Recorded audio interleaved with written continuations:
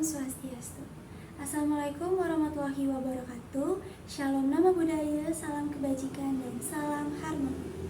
Sebelumnya izin memperkenalkan diri, nama saya Grisha Bibi Deborah Simarmata dengan NIM 2317041180. Dan di sini dalam rangka memenuhi tugas manajemen operasi yang dibina oleh Ibu Putu Ananda Devi Nugraha, maka saya selaku mahasiswa akan memaparkan serta menjelaskan materi mengenai strategi operasi dalam bisnis global. Nah, namun sebelum kita masuk materinya, alangkah baiknya kita tahu dulu untuk apa sih kita mempelajari strategi operasi atau apa pentingnya strategi operasi dalam bisnis global. Nah, jadi teman-teman semua, belajar strategi operasi ini sangat penting. Kenapa? Karena yang pertama bisa meningkatkan efisiensi, kemudian peningkatan kualitas, kemudian pengurangan biaya, peningkatan responsivitas, inovasi produk dan proses, peningkatan keunggulan bersaing, adaptasi terhadap perubahan global, dan yang terakhir, pengendalian risiko. Nah, dengan demikian, memahami dan menerapkan strategi operasi yang efektif adalah kunci untuk kesuksesan bisnis global, membantu perusahaan mencapai tujuan mereka dan tetap kompetitif dalam lingkungan yang terus berubah dan menantang. Nah, mungkin teman-teman juga bertanya, emangnya apa sih yang akan terjadi kalau seandainya kita tidak mempelajari strategi operasi? Nah, jadi teman-teman, dengan tidak mempelajari strategi operasi tentu saja akan membawa beberapa akibat yang merugikan bagi bisnis. Karena tanpa pemahaman yang memadai tentang strategi operasi, perusahaan mungkin tidak dapat mengelola proses operasional mereka dengan efisien. Ini bisa mengakibatkan pemborosan sumber daya, peningkatan biaya produksi, dan penurunan produktivitas. Kemudian, perusahaan juga mungkin tidak mampu menjaga standar kualitas produk yang tinggi. Ini dapat mengakibatkan produk yang cacat atau tidak memenuhi harapan pelanggan, yang pada gilirannya dapat merusak reputasi perusahaan. Akibatnya, perusahaan dapat menghadapi kerugian finansial dan kehilangan keunggulan bersaing. Nah, dengan demikian, tidak mempelajari strategi operasi dapat memiliki konsekuensi yang serius bagi kesuksesan dan kelangsungan hidup sebuah bisnis. Oleh karena itu, penting bagi perusahaan untuk menginvestasikan waktu dan sumber daya dalam memahami dan mengembangkan strategi operasi yang efektif. Oke, setelah tadi kita sudah disadarkan betapa pentingnya mempelajari strategi operasi dalam bisnis global, maka sekarang langsung saja tanpa berlama-lama kita masuk ke pembahasan materinya. Oke, teman-teman, kita masuk ke poin pembahasan yang pertama, yaitu pandangan global mengenai operasi. Pada era globalisasi saat ini, operasi domestik telah banyak beralih ke operasi internasional. Ada 6 alasan mengapa operasi bisnis domestik memutuskan untuk berkembang menjadi internasional. Dan kita akan membahas satu persatu alasan tersebut. Kita mulai dari yang pertama, yaitu mengurangi biaya. Banyak perusahaan internasional mencari keunggulan dari kesempatan yang nyata untuk menurunkan biaya. Lokasi di tempat asing dengan upah lebih rendah dapat membantu menurunkan baik biaya langsung maupun biaya tidak langsung. Peraturan pemerintah yang lebih longgar dalam ragam praktik operasi yang lebih luas mengurangi biaya. Contohnya seperti pengawasan lingkungan, kesehatan, keselamatan kerja, dan lain-lain. Kesempatan untuk mengurangi pajak dan tarif juga mendorong dilakukannya operasi di negara lain. Lalu yang kedua ada memperbaiki rantai pasokan. Rantai pasokan biasanya dapat diperbaiki dengan menempatkan fasilitas di negara di mana sumber daya tertentu itu berada. Sumber daya ini boleh jadi merupakan keahlian, pekerjaan, atau bahan baku. Lalu yang ketiga ada menghasilkan barang dan pelayanan yang lebih baik. Meskipun karakteristik barang dan jasa dapat objektif dan diukur, contohnya seperti jumlah yang tepat waktu, karakteristik ini dapat juga subjektif dan tidak dapat diukur, contohnya seperti kepekaan terhadap budaya. Kita membutuhkan pemahaman yang lebih baik akan adanya diferensiasi budaya dan cara berbisnis di negara yang berbeda. Alasan lain perlunya operasi internasional adalah mengurangi waktu tanggap untuk memenuhi kebutuhan pergantian barang dan jasa yang diinginkan. Kemudian yang keempat ada memahami pasar. Karena operasi internasional membutuhkan interaksi dengan pelanggan asing, pemasok, dan pesaing bisnis lain, tidak terelakkan perusahaan internasional harus mempelajari peluang barang dan jasa yang baru. Pemahaman mengenai pasar tidak hanya membantu perusahaan memahami kemana pasar bergerak, tetapi juga membuat perusahaan mampu melayani pelanggan yang beragam dan memperlancar siklus bisnis mereka. Alasan lain untuk menjelajah ke pasar asing adalah peluang untuk mengembangkan siklus hidup dari barang yang ada. Lalu yang kelima, ada belajar untuk memperbaiki operasi. Perusahaan dapat melayani usaha dan pelanggan dengan lebih baik jika selalu bersikap terbuka terhadap ide-ide terbaru. Sebagai contoh, General Motors menemukan operasi dapat ditingkatkan bersama-sama dengan membangun dan menjalankan sebuah pabrik perakitan mobil di California dan Jepang. Dengan strategi ini, General Motors menyumbangkan modal, pengetahuan tentang tenaga kerja dan hukum lingkungan Amerika Serikat. Sementara Jepang menyumbangkan pengetahuannya di bidang produksi dan persediaan. Nah, General Motors juga mempekerjakan karyawan dan ahli-ahli dari Jepang untuk merancang proses produksi pabriknya US Saturn. Manajer operasi pun telah memperbaiki peralatan dan tata letak dengan belajar dari kompetensi ergonomis masyarakat Skandinavia. Lalu selanjutnya, yang keenam dan yang terakhir adalah mendapatkan dan mempertahankan bakat global. Organisasi global dapat menarik dan mempertahankan karyawan yang baik dan menawarkan peluang kerja lebih banyak. Organisasi global membutuhkan pekerja dalam semua fungsi dan keahlian di seluruh dunia. Perusahaan global dapat mempekerjakan dan mempertahankan karyawan yang baik karena mereka menyediakan peluang berkembang yang lebih bagus dan perlindungan dari pemutusan hubungan kerja saat kondisi ekonomi memburuk. Ketika ekonomi di suatu negara atau benua memburuk, sebuah perusahaan global dapat memindahkan karyawan yang tidak dibutuhkan dari satu lokasi ke lokasi yang lebih baik. Organisasi global juga menyediakan insentif untuk orang-orang yang senang bepergian atau mengambil liburan di negara asing. Lalu poin selanjutnya atau poin kedua yaitu mengembangkan misi dan strategi. Kita mulai dari yang pertama yaitu misi. Keberhasilan ekonomi dan kemampuan bertahan hidup merupakan hasil pengenalan misi untuk memuaskan kebutuhan dan keinginan pelanggan. Misi organisasi sebagaimana tujuannya adalah apa yang akan disumbangkan kepada masyarakat. Misi menyatakan alasan adanya suatu organisasi. Mengembangkan strategi yang bagus adalah hal sulit, tapi akan lebih mudah apabila misi telah didefinisikan dengan baik. Contoh misi manajemen operasi adalah menghasilkan produk-produk yang sejalan dengan misi perusahaan sebagai produsen kelas dunia yang berbiaya rendah. Lalu yang kedua ada strategi. Strategi adalah rencana tindakan organisasi untuk mencapai misinya. Setiap wilayah fungsional mempunyai strategi untuk mencapai misinya dan membantu organisasi mencapai misi keseluruhan. Strategi ini memanfaatkan peluang dan kekuatan, menetralkan ancaman, serta menghindari kelemahan. Nah, perusahaan mencapai misi mereka dengan 3 cara, yaitu yang pertama ada diferensiasi. Manajer operasi diminta untuk menciptakan barang dan jasa yang satu lebih baik atau paling tidak berbeda dengan yang lain. Lalu yang kedua, kepemimpinan biaya atau harga yang lebih murah. Lalu yang terakhir dan yang ketiga adalah respon yang cepat. Nah, jadi manajer operasi harus dapat menerjemahkan konsep strategis ini menjadi tugas nyata yang dapat diselesaikan. Satu atau kombinasi dari ketiga konsep strategis ini dapat menghasilkan sebuah sistem yang mempunyai kelebihan yang unik dibandingkan dengan pesaingnya. Oke, selanjutnya poin ketiga yang akan kita bahas yaitu meraih keunggulan bersaing melalui operasi. Dalam manajemen operasi, terdapat 3 strategi yang dapat digunakan. Ketiga strategi tersebut yaitu strategi diferensiasi, biaya murah, dan respon yang cepat.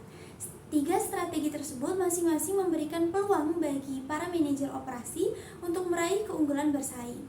Keunggulan bersaing dikenal luas sebagai competitive advantage, berarti menciptakan sistem yang mempunyai keunggulan unik atas pesaing lain. Idenya adalah menciptakan nilai pelanggan atau customer value dengan cara efisien dan langgeng. Bentuk murni strategi memang memungkinkan, tapi manajer operasi umumnya lebih sering diminta untuk menerapkan beberapa kombinasi dari mereka. Nah, pada praktiknya, 3 konsep ini, diferensiasi, biaya rendah, dan respon yang cepat, kerap diterapkan dalam 6 strategi khusus. Yang pertama yaitu fleksibilitas, rancangan, dan volume. Lalu yang kedua, harga yang rendah. Ketiga, pengantaran. Keempat, kualitas. Kelima, layanan purna jual. Dan yang keenam, lini produk yang beragam. Melalui 6 strategi khusus ini, manajemen operasi dapat meningkatkan produktivitasnya dan menghasilkan keunggulan bersaing yang berkelanjutan. Penerapan yang tepat dari keputusan berikut akan memungkinkan strategi tersebut tercapai. Selanjutnya, poin materi keempat yang akan kita bahas yaitu 10 keputusan strategi manajemen operasi. Diferensiasi, biaya rendah, dan respon yang cepat dapat dicapai saat manajer membuat keputusan efektif dalam 10 wilayah manajemen operasi.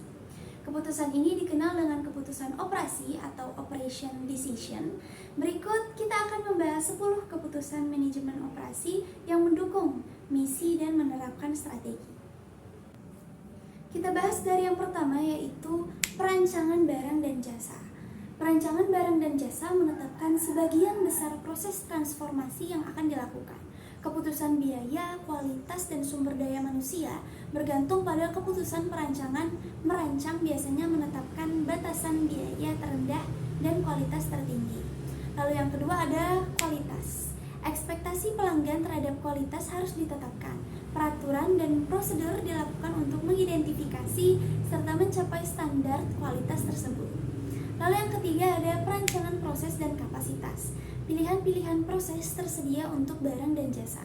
Keputusan proses yang diambil akan membuat manajemen mengambil komitmen dalam hal teknologi, kualitas, penggunaan sumber daya manusia, dan pemeliharaan yang spesifik. Komitmen pengeluaran dan modal ini akan menentukan struktur biaya dasar suatu perusahaan. Lalu yang keempat ada pemilihan lokasi. Keputusan lokasi organisasi, manufaktur, dan jasa menentukan kesuksesan perusahaan. Kesalahan yang dibuat dalam langkah ini dapat mempengaruhi efisiensi. Lalu yang kelima ada perancangan tata letak. Aliran bahan baku, kapasitas yang dibutuhkan, tingkat karyawan, keputusan teknologi, dan kebutuhan persediaan mempengaruhi tata letak. Kemudian yang keenam ada sumber daya manusia dan rancangan pekerjaan. Manusia merupakan bagian yang integral dan mahal dari keseluruhan rancangan sistem. Karenanya, kualitas lingkungan kerja yang diberikan, bakat dan keahlian yang dibutuhkan, dan upaya harus ditentukan dengan jelas. Lalu yang ketujuh ada manajemen rantai pasokan. Keputusan ini menjelaskan apa yang harus dibuat dan apa yang harus dibeli. Pertimbangannya terletak pada kualitas, pengiriman, dan inovasi. Semuanya harus pada tingkat harga yang memuaskan. Kepercayaan antara pembeli dan penjual sangat dibutuhkan untuk proses pembelian yang efektif. Lalu yang kedelapan ada persediaan. Keputusan persediaan dapat dioptimalkan hanya jika keputusan pelanggan, pemasok, perencanaan produksi, dan sumber daya manusia dipertimbangkan. Lalu yang kesembilan ada penjadwalan. Jadwal produksi yang dapat dikerjakan dan efisien harus dikembangkan dan permintaan sumber daya manusia serta fasilitas harus terlebih dahulu ditetapkan dan dikendalikan. Lalu yang terakhir ada pemeliharaan. Keputusan harus dapat dibuat pada tingkat kehandalan dan stabilitas yang diinginkan. Sistem harus dibuat untuk menjaga kehandalan dan stabilitas tersebut. Nah, manajer operasi menerapkan 10 keputusan ini dengan mengidentifikasi tugas-tugas utama dan menemukan staf yang diperlukan untuk mencapainya. Walaupun demikian, penerapan keputusan dipengaruhi oleh beberapa hal, termasuk perbandingan antara barang dan jasa dari produknya. Sedikit sekali produk yang secara keseluruhan hanya barang atau jasa secara mutlak. Meskipun 10 keputusan ini sama bagi barang dan jasa, kepentingan relatif dan metode penerapan keputusannya bergantung pada perbandingan antara barang dan jasa dalam produknya ini. Oke, selanjutnya kita akan membahas materi yang kelima yaitu permasalahan dalam strategi operasi. Setelah suatu perusahaan menetapkan misi operasi, mengembangkan dan menerapkan strategi khusus yang dibutuhkan, manajer operasi akan dihadapkan dengan beberapa permasalahan. Dalam mengkaji permasalahan tersebut terdapat 3 cara. Pertama yaitu mengkaji melalui penelitian mengenai strategi MO yang efektif. Kedua, mengidentifikasi beberapa prasyarat untuk mengembangkan strategi MO yang efektif. Dan yang ketiga, melihat dinamika pengembangan strategi MO. Nah, di sini kita akan mengkaji lagi ketiga cara tersebut. Kita mulai dari yang pertama yaitu penelitian. Pengetahuan strategi diperoleh dari penemuan yang dihasilkan oleh Strategic Planning Institute. Program PIMS-nya atau Profit Impact of Market Strategy dilaksanakan lewat kerjasama dengan General Electric Corporation. PIMS telah mengumpulkan hampir 100 data dari sekitar 3.000 organisasi yang saling bekerja sama. Menggunakan data yang dikumpulkan dan menggunakan ROI yang tinggi sebagai ukuran keberhasilan, PIMS telah dapat mengenali beberapa karakteristik perusahaan yang mempunyai ROI yang tinggi. Nah, karakteristik yang memberi dampak pada keputusan strategi MO yaitu yang pertama ada kualitas produk yang tinggi. Ini relatif terhadap persaingan. Lalu kedua ada penggunaan kapasitas yang tinggi. Ketiga ada efisiensi operasi yang tinggi atau rasio produktivitas karyawan yang diharapkan terhadap produktivitas yang sebenarnya. Kemudian yang keempat ada intensitas investasi yang rendah, yaitu jumlah modal yang dibutuhkan untuk menghasilkan $1 penjualan. Kemudian yang kelima ada biaya langsung yang rendah per unit atau relatif terhadap persaingan. Nah, kelima temuan ini mendukung ROI yang tinggi sehingga harus dianggap sebagai organisasi yang mengembangkan strategi. Selanjutnya ada prasyarat. Sebelum menetapkan dan mencoba untuk menerapkan strategi, manajer operasi harus memahami bahwa perusahaan beroperasi dalam suatu sistem terbuka. Dalam sistem ini terdapat banyak faktor yang dapat mempengaruhi perkembangan strategi dan pelaksanaannya. Semakin menyeluruh analisis dan pemahaman faktor eksternal dan internal, kemungkinan keberhasilannya semakin tinggi. Walaupun faktor yang harus dipertimbangkan banyak, setidaknya harus mengandung pemahaman berikut. Yang pertama yaitu kekuatan dan kelemahan pesaing. Lalu yang kedua, permasalahan lingkungan, teknologi, hukum, dan ekonomi yang ada sekarang dan yang akan datang. Lalu yang ketiga ada siklus hidup produk yang memungkinkan menentukan batasan-batasan strategi operasi. Lalu yang keempat ada sumber daya yang tersedia dalam perusahaan dan fungsi MO. Lalu yang kelima ada penggabungan strategi manajer operasi dalam strategi perusahaan dan area-area fungsional lainnya. Lalu selanjutnya yang terakhir ada dinamika.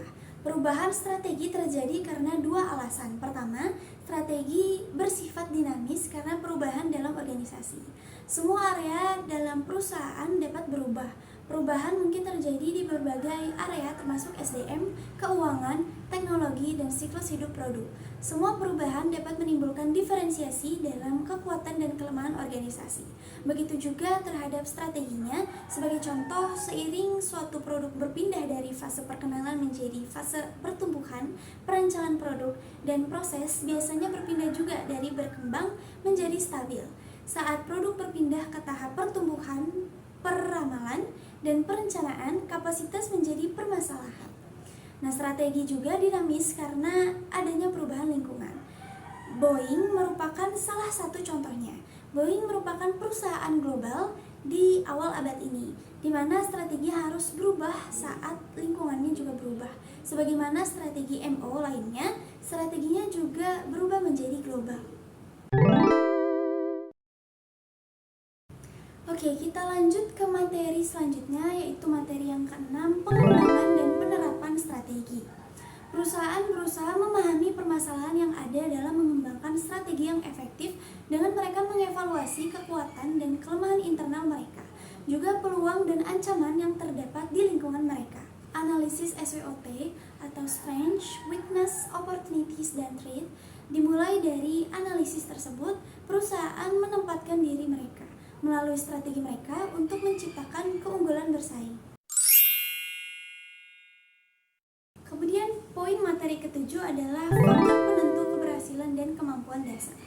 Faktor penentu keberhasilan dikenal sebagai Critical Success Factor atau CSF, adalah seluruh aktivitas yang dibutuhkan perusahaan untuk mencapai tujuannya. Di sisi lain, kemampuan dasar adalah seperangkat keahlian, talenta, dan kemampuan unik yang harus dimiliki suatu organisasi pada standar kelas dunia. Selanjutnya, faktor penentu keberhasilan, hal itu harus didukung oleh aktivitas yang berkaitan suatu pendekatan untuk mengenali aktivitas-aktivitas adalah peta aktivitas atau biasa disebut activity map yang menghubungkan keunggulan bersaing, faktor penentu keberhasilan, dan aktivitas pendukungnya. Lalu poin materi selanjutnya adalah membangun dan memilih staf organisasi.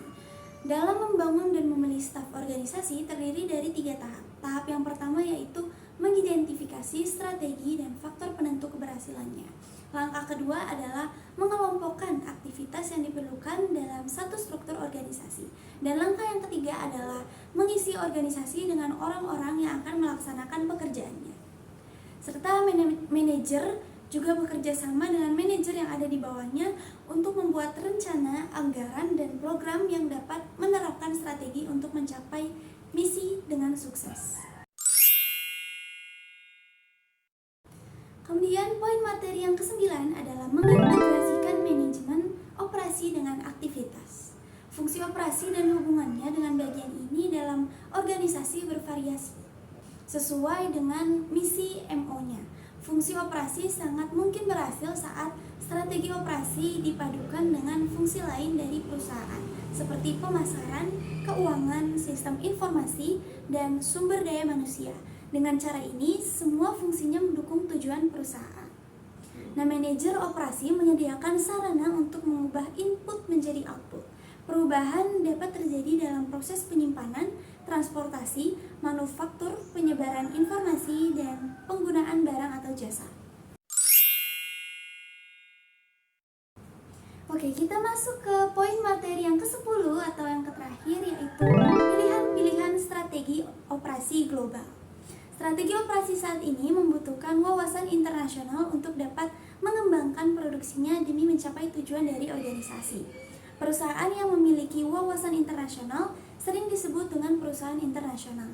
Berikut adalah beberapa strategi yang dapat digunakan dalam operasi. Yang pertama yaitu strategi internasional. Strategi internasional atau international strategy menggunakan ekspor dan lisensi untuk memasuki pasar global.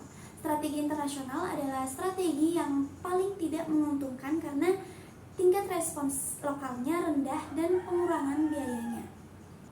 Kemudian yang kedua ada strategi multidomestik. Strategi multidomestik membagikan kewenangannya dengan memberikan otonomi yang cukup, berarti pada setiap bisnis keuntungan strategi ini adalah memaksimalkan respons pasar lokal. Kemudian ada strategi global. Strategi global memiliki tingkat sentralisasi yang tinggi di mana kantor pusat mengkoordinasikan organisasi untuk mengupayakan standarisasi dan pembelajaran antar pabrik sehingga dapat menghasilkan skala ekonomis. Kemudian yang terakhir ada strategi transnasional. Strategi transnasional memanfaatkan skala ekonomi dan pengetahuan, juga penekanan pada respons dengan menyadari kemampuan dasar tidak hanya terdapat di negara asal, tetapi juga mungkin berada di mana saja. Nah teman-teman semua, itu dia tadi 10 poin materi terkait strategi operasi dalam bisnis global. Nah, semoga materi yang saya kaji ini dapat bermanfaat serta menambah wawasan bagi para pendengarnya. Nah, sepertinya cukup sekian dari saya. Mohon maaf bila ada salah kata. Saya tutup dengan Paramu Santi, Om Santi Santi Santi Om. Wassalamualaikum warahmatullahi wabarakatuh. Shalom nama budaya, salam kebajikan, dan salam harmoni.